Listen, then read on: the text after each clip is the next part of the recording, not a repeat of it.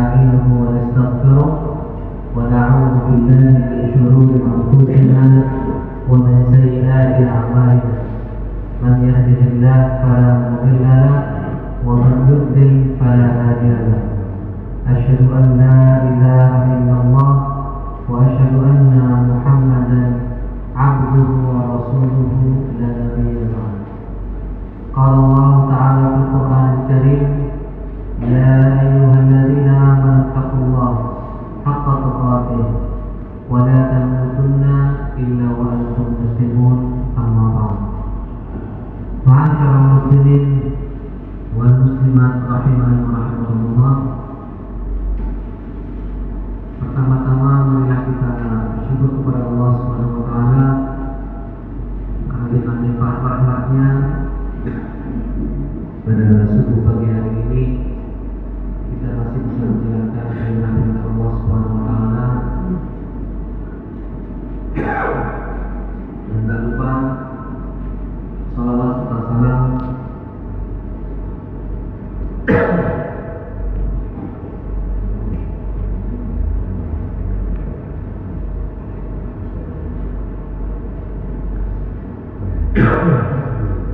salawat serta salam tercurah kepada junjungan kita Nabi Muhammad sallallahu alaihi wasallam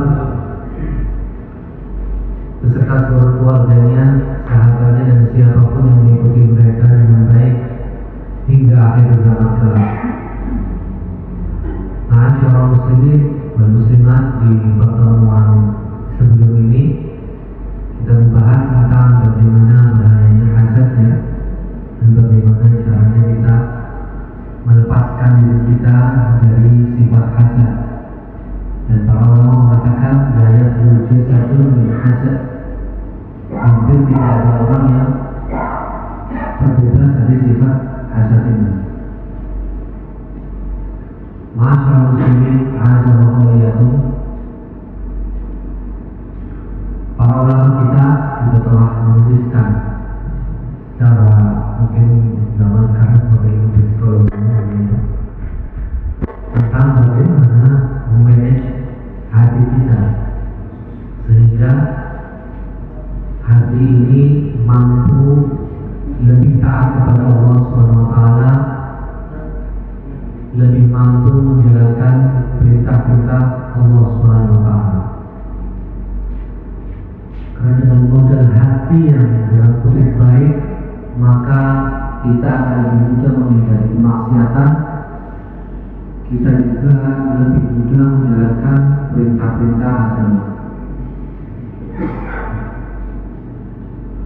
Hadirin azza wa jalla, Ibnu Qayyim dalam kitabnya Madarijus Salikin mengatakan bahwasanya ketika hati seorang hamba mampu dia kontrol, ketika hati seorang hamba dapat dia obati, ketika terjangkit penyakit-penyakit yang bisa menjauhkan dirinya dari Allah Subhanahu wa taala, maka hamba tersebut masih bisa atau masih berpeluang besar menghindarkan dirinya dari berbagai macam jebakan syaitan. Khotimah agama itu seperti yang pernah kita sampaikan dalam bab talbis iblis, bagaimana triknya setan menjebak seorang manusia adalah tidak langsung kepada dosa yang paling besar, namun ia lakukan step by step, sehingga ketika dia tidak memungkinkan untuk diraih melakukan dosa besar, maka setan akan turun ya derajatnya untuk meraih orang tersebut melakukan dosa kecil. Ketika dosa kecil masih susah untuk dilakukan orang tadi, maka setan akan turun lagi derajatnya. Bagaimana orang tadi tidak melaksanakan yang namanya amalan-amalan sunnah, ya, meninggalkan dengan mudahnya segala macam bentuk amalan sunnah. Kemudian amalan sunnah yang sifatnya sosial ataupun yang pribadi. Dan terus seperti itu. Masyaallah muslimin a'adzallahu itu, dan hati ini salah satu incaran utama setan ya. Karena ketika mereka mampu menguasai hati manusia, ya bukan menguasai, mungkin mempengaruhi ya, lebih ke arah mempengaruhi hati manusia, maka dengan mudah setan akan membujuk rayu umat manusia tersebut. Maka dari itu, Assalamualaikum, banyak doa yang dicontohkan oleh Nabi Muhammad SAW, yang dimana inti doa tersebut adalah salah satunya menjaga hati kita. Contoh yang sering kita dengarkan, ya muqallibal qulub tsabbit qulubana ala dinik, wa ya musarrifal qulub sarrif qulubana ila ta'atik. Wahai zat yang membolak-balikkan hati, kuatkanlah, kokohkanlah hati kami di atas kebaikan, kebenaran, dan palingkanlah hati kami dari yang namanya kemaksiatan. Ini bentuk salah satu contoh doa yang sering kita dengarkan, yang dimana kita memohon kepada Allah Subhanahu Wa Taala agar kita dijauhkan. Kalau analoginya gitu, kalau hati kita lagi mood, pasti kita mengerjakan sesuatu akan lebih mudah dan cepat ya. Mengerjakan apapun, proyek lah, atau tugas di rumah lah, atau tugas di kantor, atau apapun juga. Kalau hati kita sedang mood, insya Allah semua pekerjaan selesai sebagaimana mestinya. Namun kalau hati kita lagi bad mood, lagi sumpah lah dan lain sebagainya, pasti enggan mengerjakan tugas tersebut. Ataupun kalau mengerjakan ya setengah-setengah lah, yang penting jadi. Ataupun bahkan baru setengah dikerjakan dia akan selesai. Ini pengaruh hati terhadap bagaimana kita mengerjakan sebuah tugas. Nah, bayangkan pengaruh hati terhadap kita bagaimana mengerjakan perintah-perintah agama, pasti besar pengaruhnya. Ma'asyiral muslimin a'adzallahu wa iyyakum. Jadi kita sebagai seorang muslim, mari memanage hati kita itu menjadi hati yang baik, hati yang suka kebaikan, hati yang lebih menghindarkan dirinya dari berbagai macam syubhat dan keburukan. Ma'asyiral muslimin a'adzallahu wa iyyakum, ada banyak cara untuk memanage hati kita ini supaya bisa lebih baik lagi dari sebelumnya. Para ulama menuliskan juga banyak metode ya. Cuma ada beberapa hal yang diantara mereka menulis ternyata sama ya. Nah, beberapa hal ini insya Allah kita akan kaji di waktu pagi hari ini. Ma'asyiral muslimin wal muslimat a'adzallahu wa iyyakum, hal yang pertama yang bisa menjadikan hati kita ini baik atau termanage dengan baik adalah kita pun harus bisa menjaga lisan. Lisan ini sesuatu yang sangat ringan berkata. Dengan lisan kita bisa mendapatkan banyak pahala. Contoh baca Al-Quran, contoh lain zikir, contoh lain menasehati orang dengan kebaikan atau mengajak orang lain untuk melakukan kebaikan. Contoh-contoh tersebut menjadikan lisan ini alat untuk mendapatkan banyak pahala. Tapi sebaliknya Bapak Ibu, lisan ini bisa menjadikan hal yang mendatangkan banyak keburukan dari kita. Contoh tadi ya, lebih sering digunakan untuk membenci orang, atau menghina orang, atau bahkan menuduh orang ya. Bahkan lisan ini lebih sering ya, mengatakan hal-hal yang buruk daripada kebaikan. Lebih sering berucap ucapan yang keji daripada ucapan-ucapan yang baik. Nah, yang seperti ini lisan bisa merusak hati kita. Yang seperti ini lisan bisa memberikan dampak ya jelek terhadap hati kita. Makanya para ulama mengatakan bahwa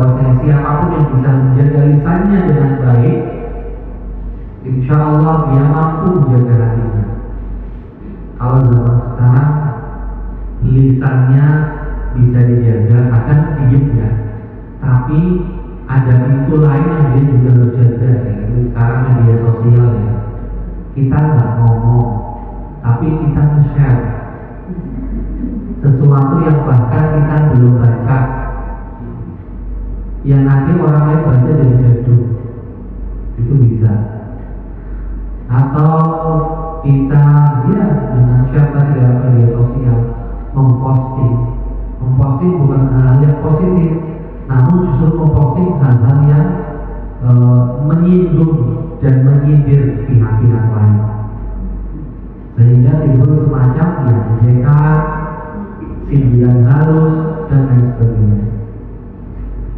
Jadi Bapak Ibu rahmati Allah SWT, sekarang orang mau berbuat baik ini pintunya lebar dan cepat, tapi sekali berbuat buruk juga sama. Ya salah satunya dari dunia maya, dunia media sosial ya. Sekali share, kalau isinya baik, bagus, mengajak kebaikan, orang banyak tertarik, tergerak untuk melakukan kebaikan, itu bagus, jadi ladang pahala kita. Tetapi kalau yang kita share ternyata menimbulkan kegaduhan, atau bahkan yang kita share menyebabkan orang yang tadinya mau berbuat baik akhirnya nggak jadi. Bahkan bukan cuma satu atau dua orang, banyak. Nge-share-nya cuma di satu grup, tapi anggota grup nge-share apa yang kita share kemana-mana. Akhirnya banyak yang membaca, akhirnya banyak yang terpikirkan menunda kebaikan. Iya ya, jangan sekedar ini dulu, jangan. Akhirnya menunda banyak kebaikan. Jadi memang iman itu media sosial ini benar-benar kita harus sangat-sangat bijak ya dalam menggunakannya. Iman itu dengan kita mampu menjaga lisan tadi ya, dan menjaga postingan kita dengan baik, pastikan apa yang kita posting, apa yang kita share memang sesuatu yang baik, sesuatu yang tidak menimbulkan kegaduhan, dan sesuatu yang mungkin bahkan menjadi inspirasi orang lain melakukan kebaikan. Kalau zaman sekarang mungkin potongan-potongan video ya, atau mungkin podcast video gitu tentang bagaimana orang-orang itu melakukan sebuah kebaikan dengan penuh tantangan hingga berhasil, hingga banyak orang yang mengembangkan kebaikan tadi. Contohnya, saya kemarin lihat postingannya Masjid Nurul Asri itu di Yogyakarta. Mereka dapat kabar dari para petani katanya harga semangka turun dan mereka terancam gagal panen. Masjid di sini berperan apa? Masya Allah Bapak, didorong semua hasil panen petani semangka tersebut dengan harga yang menguntungkan mereka. Sebagiannya dibagikan gratis buat jemaah sholat Jumat di Masjid Nurul Asri, sebagian lagi dijual lagi sama masjid di halaman masjid. Nah, ini merupakan sebuah kebaikan di mana masjid perannya sudah merambah ke ranah sosial ya, membantu saudara-saudaranya dari kalangan petani yang mau mengalami kerugian yang fatal, yang pasti gitu ya, namun diminimalisir dengan inisiatif tersebut. Nah, iman itu dicontoh dengan kebaikan yang kalau kita share mungkin menjadi inspirasi banyak orang dan banyak keluarga. Masyaallah muslimin azallahu itu kalau yang pertama sudah kita pegang, kita bisa mampu menjaga lisan kita nggak gampang ya, nggak gampang membuka aib orang. Terkadang di antara kita itu dipercaya sama teman, dipercaya sama tetangga menyelesaikan permasalahan pribadi mereka, sampai kita selesai. Dapat pahala kan kita dapat, kita membantu orang dalam sebuah permasalahan, entah itu permasalahannya masalah rumah tangga apapun yang bersifat privasi, kita bantu sampai selesai, sampai clear lagi, kita dapat pahala. Dengan catatan kita nggak perlu menceritakan permasalahan tersebut ke kemana-mana gitu. Sayangnya itu ketika kita membantu orang lain atau membantu menutup aib orang lain dan kita sudah berhasil melakukannya, kadang kita gatel menceritakannya ke orang-orang. Wah, tahu nggak si A, kemarin saya bantu masalah ini. Dengan dia menceritakan ke orang lain, itu pahala sudah berkurang sekian persen. Dan terus seperti itu. Ketika niat kita membantu menutup aib orang atau membantu menutup hajat orang, itu sudah kita bantu. Kalaupun mau diceritakan kepada orang lain sebagai pembelajaran, maka harus disamakan namanya. Jangan sampai orang yang kita ceritakan ngerti mereka. Nah, ini contoh kita mampu menjaga lisan kita, sehingga amal ibadah yang sudah kita lakukan tetap terjaga pahalanya 100%. Masyaallah muslimin, a'anallahu wa iyyakum.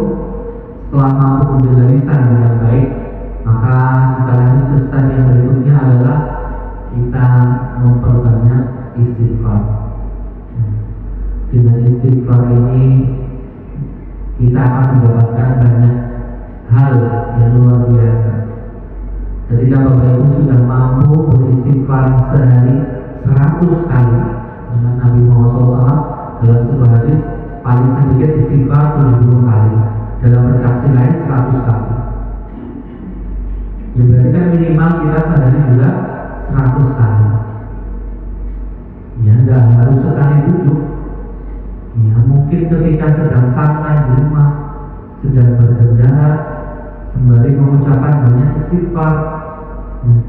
Karena istighfar yang kita lakukan dengan hati yang memahami makna istighfar tersebut, maka istighfar tadi bisa membersihkan noda-noda maksiat yang pernah kita lakukan, yang dimana masih mengefek ke hati, memberikan noda-noda kita. Nah, kita bersihkan dengan yang namanya istighfar dan taubat. Masyaallah muslimin, a'adzallahu iyyakum.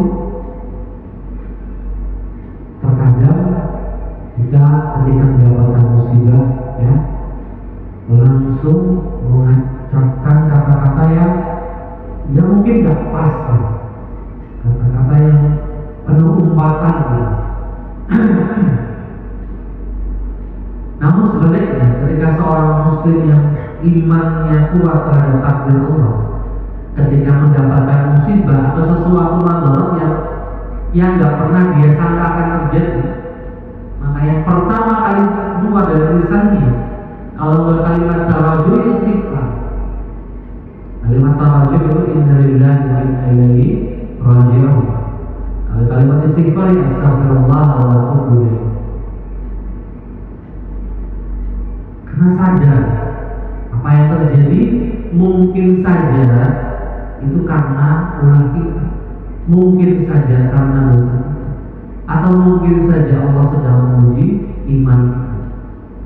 Jadi lisannya sudah langsung otomatis mengeluarkan salah satu dari kedua kalimat tadi, atau dua, kalimat tawajuh ataupun kalimat dari istighfar.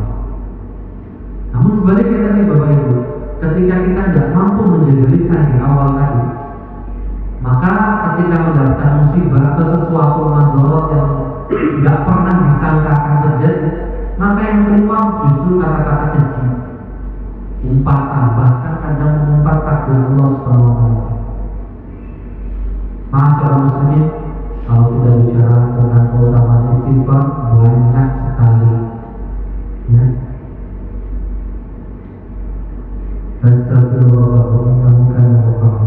Yursil sama alaikum wa yumditkum bi amwalin wa banina wa yaj'alakum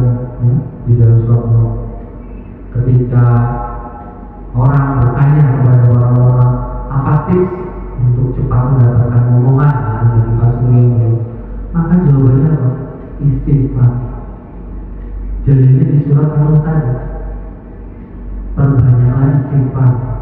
Yursilis sama alaikum bijullah. Dengan memperbanyak istighfar, barangkali Allah akan mencurahkan banyak rezeki dari langit. Wa yudhikum bi amwali wa banin. Allah limpahkan keturunan. Wa bi amwal, dengan harta pun Allah memperbanyak harta kita dengan istighfar. Contoh satu keutamaan yang disebutkan di surat ini, dan banyak keutamaan istighfar lain yang disebutkan oleh Rasulullah SAW dalam banyak hadisnya. Jadi istighfar Allah itu jangan pernah merasa bosan dengan istighfar, jangan pernah merasa cukup dengan istighfar kita. Terus, karena istighfar kita terkadang masih perlu diistighfarkan lagi. Jadi terus kita perbanyak istighfar di waktu luang kita, dan ketika kita mengucapkan istighfar ini, alangkah baiknya hati juga meminta ampun kepada Allah Subhanahu wa taala. Ketika kita mengucapkan astagfirullah wa atubu ilaih atau astagfirullahaladzim, maka hati juga meminta ampun dan meminta maaf atas segala kesalahan yang telah dilakukan kepada Allah Subhanahu wa taala. Kemudian tips yang ketiga untuk menjaga hati kita supaya tetap menjadi hati yang baik, agar kita mampu manage hati menjadi hati yang baik adalah sebagai manusia yang sifatnya sosial pasti butuh teman, ya, kemanapun, tempat kerja, tempat kuliah, tempat sekolah, ya, dimanapun pasti kita butuh teman. Tapi ada satu hal, satu adab yang diajarkan Islam kepada kita. Kita jadi manusia ini nggak gampang kepo sama urusan orang. Jangan terlalu memikirkan urusan orang. Misal begini, itu anaknya 4 kecil-kecil, kalau pagi sih gimana ya? Mandi semua gaya-gaya kalau berangkat sekolah gitu. Sampai mikir yang ke arah itu, contoh. Padahal itu bukan sesuatu ranah kita, ya. Terlalu kepo, ya. Dan terlalu kepo ini berbeda dengan Allah SWT, kadang menjadikan seseorang malah melanggar norma-norma dan adat. Islam mengajarkan kita urus urusan kita sendiri. Apa yang menjadi tanggung jawab kita urus sudah. Adapun dengan orang lain, jangan kita mungkin mereka, kita ada apa dengan mereka. Penasaran, kemarin baru dari pantai jutaan-jutaan beli apa saja dan sampai bahkan ini maaf ya, misalnya contoh jauh di ibu di sini nggak ada. Di antara ibu kadang saking penasarannya akan bertanya kepada anak sir tetangga yang mereka penasaran. Ibumu di rumah masak nggak sih? Oh enggak. Oh berarti ibu selalu beli ya, nggak pernah masak ya, nggak bisa masak ya. Saking penasarannya, saking keponya, dan kepo yang nggak baik gitu ya. Masyarakat muslimin azza itu, dan secara umum pengen tahu urusan orang lain ini merusak hati kita. Islam mengajarkan sekali lagi, alaikum anfusakum dalam Al-Quran, wahai orang yang beriman, urus diri kalian sendiri, fokus kepada diri kita dan apa yang menjadi tanggung jawab kita, pasangan kita, rumah tangga kita, anak-anak kita, tugas kita atau kita, amanah kita, sudah kita fokus. Ada urusan orang lain biarkan, kecuali orang tersebut bertanya kepada kita, bolehlah kita bagi tahu dan sebagainya. Kalau enggak sudah tak perlu. Nah, hal yang demikian sayangnya di zaman ini kami lihat seperti kayak sesuatu yang wajar, padahal itu sudah wajar dalam adat Islam. Terlalu kepo dengan urusan orang lain. Karena sekali lagi Islam juga sangat menghargai yang namanya privasi. Ya. Seorang muslim harus menghargai privasi saudaranya, tetangganya, atau tenangnya. Kemudian yang keempat adalah Assalamualaikum, sebagai manusia ya, harus bisa bahagia dengan diri sendiri, harus bisa berdamai dengan diri sendiri.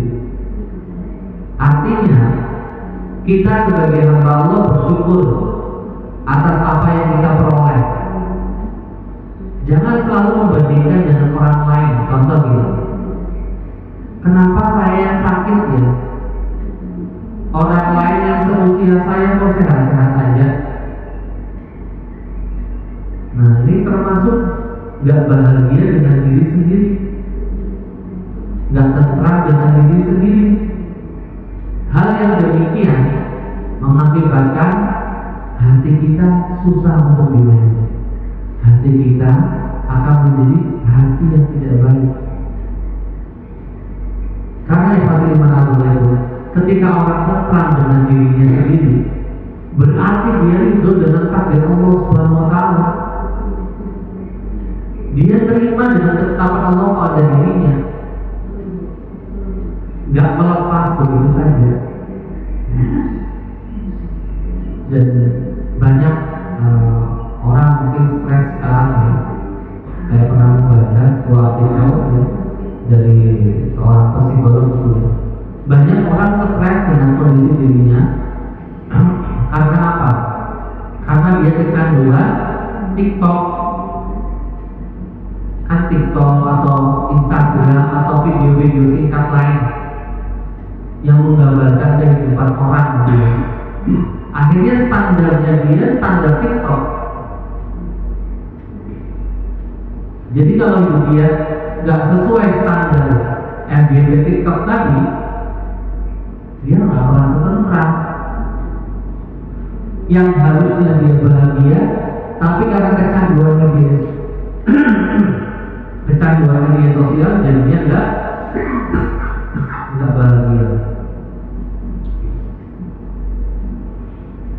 Dan ngerinya banyak anak-anak muda yang baru berumah tangga bertengkar cuma gara-gara pengaruh tontonan film atau tontonan dan video-video singkat tentang kehidupan rumah tangga. Mereka akan bahagia ketika mereka mensyukuri kondisi mereka, dan mereka akan bahagia ketika saling memaklumi. Kan di dalam Al-Quran, kalau sesama pasangan qaulan ma'rufah, kata-kata yang layak, kata-kata yang intinya saling memahami. Kalau orang tua, kalau anak atau orang tua di dalam Al-Quran disebutkan qaulan karimah, kata-kata yang baik. Mau orang tuanya sekasar apapun, Al-Quran ngajarinya yang baik. Qaulan karimah juga artinya kita harus karam, harus dermawan sama orang tua ya. Harus bisa memberi orang tua. Kadang Assalamualaikum ya, saya pernah menjabat satu orang tua saya kalau ditanya itu susah banget. Saya bilang, kasih dulu sesuatu yang membahagiakan orang tua kamu, insya Allah dia akan mendengar ucapannya. Kalau itu nasihat yang benar-benar baik dan bijak, pasti akan berguna. Ini diumrahkan oleh orang tuanya, nanti insya Allah nasihatnya akan didengar. Kalau orang tua ke anak itu qaulan sadid, ucapan yang benar, ucapan yang tepat. Ngomong ini di suasana yang tepat. Maka dari itu, Bapak Ibu yang dirahmati Allah Subhanahu wa Ta'ala, para sahabat di luar ini sangat, tapi kalau di dalam rumah mereka kocak sama anak istri.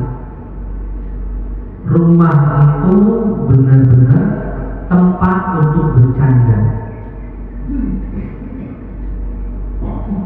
Makanya Allah Subhanahu wa Ta'ala penduduk surga itu dhahikatun mustabsyirah, wajah mereka itu berseri dan tertawa. Maka jangan sampai kita sebagai kepala rumah tangga menjadikan rumah kita kayak neraka.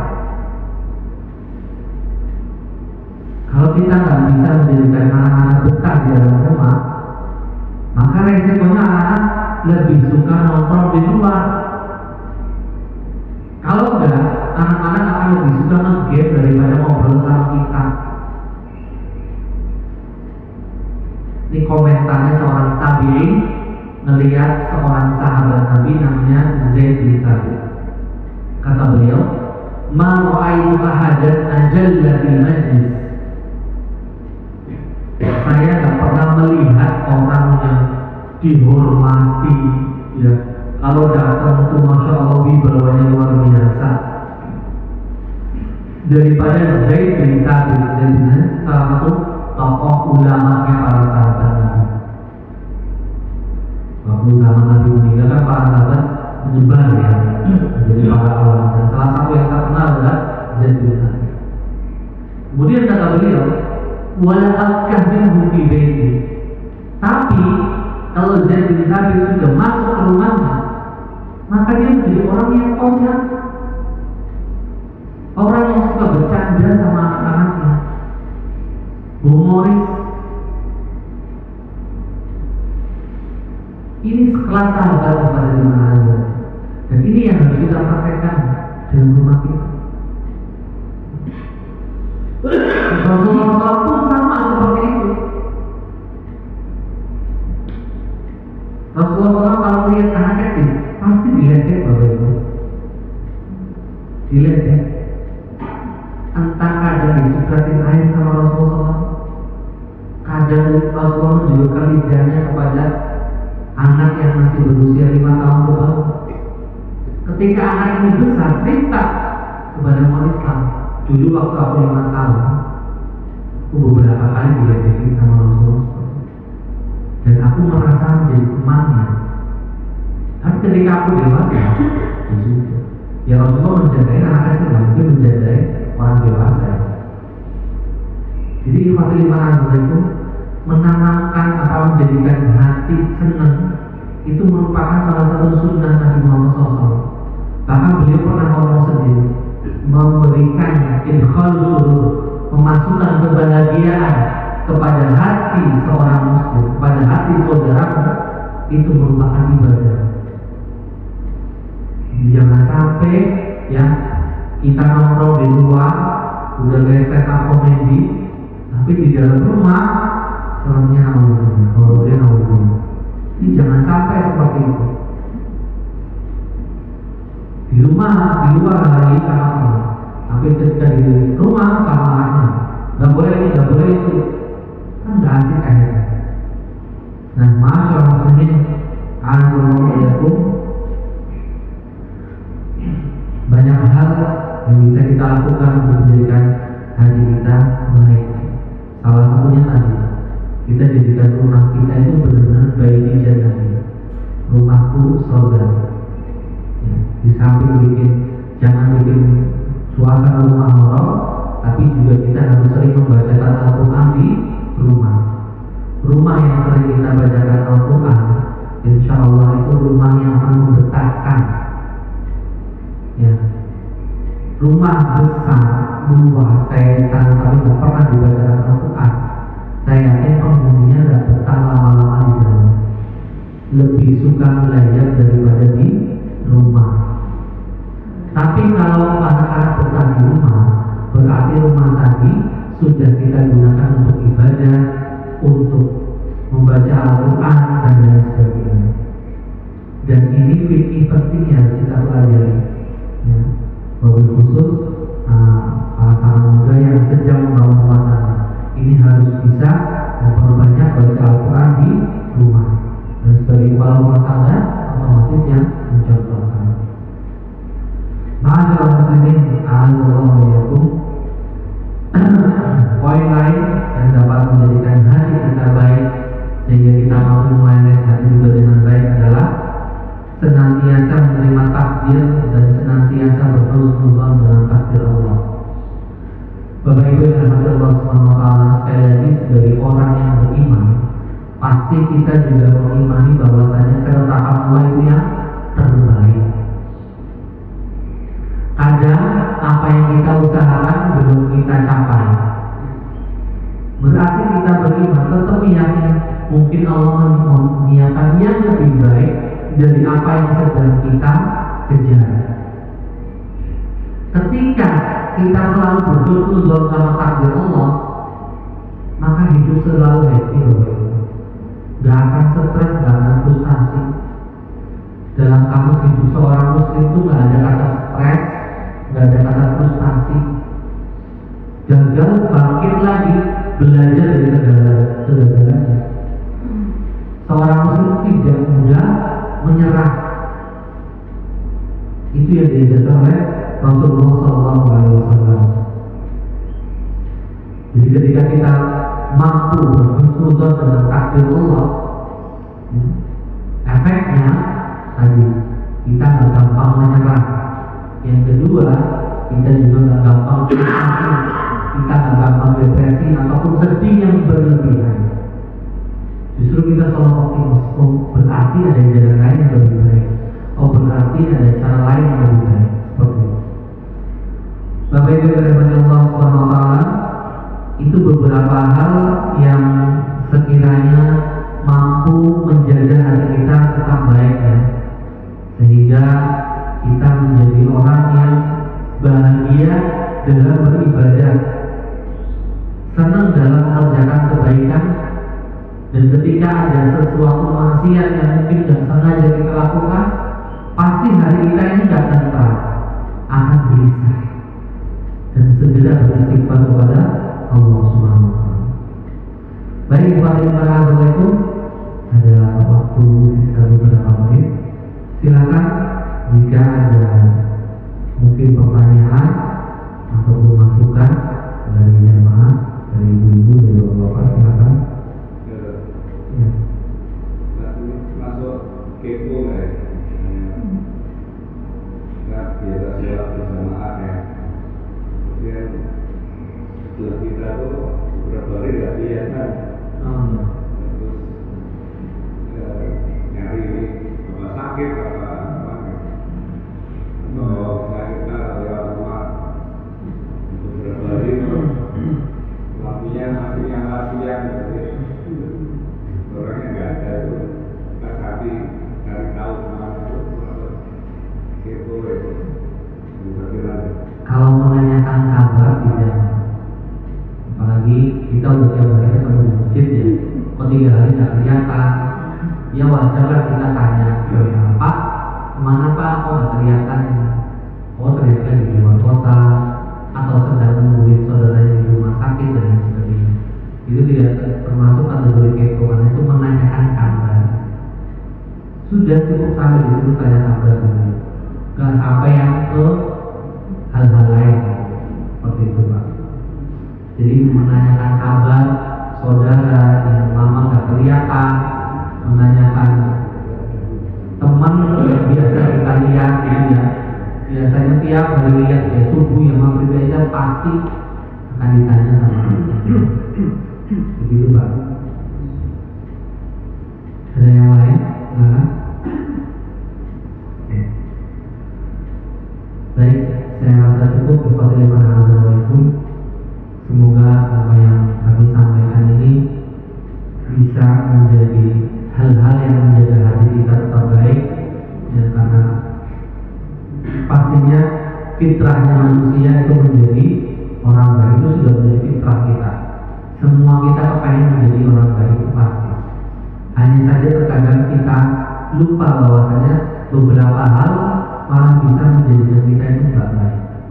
Ya, seperti tadi ya, terlalu kepo dengan urusan orang lain, ya, kemudian tidak berdamai dengan diri sendiri, tidak tentram dengan kondisi sendiri, tidak ridho dengan takdir Allah, ya, tidak mampu berhusnuzon dengan apa yang telah ditetapkan Allah bagi diri kita. Nah, itu hal-hal itu kan bisa nanti kalau dibiarkan, ini hati akan susah ikhlas beribadah, hati akan susah susah yang namanya tahu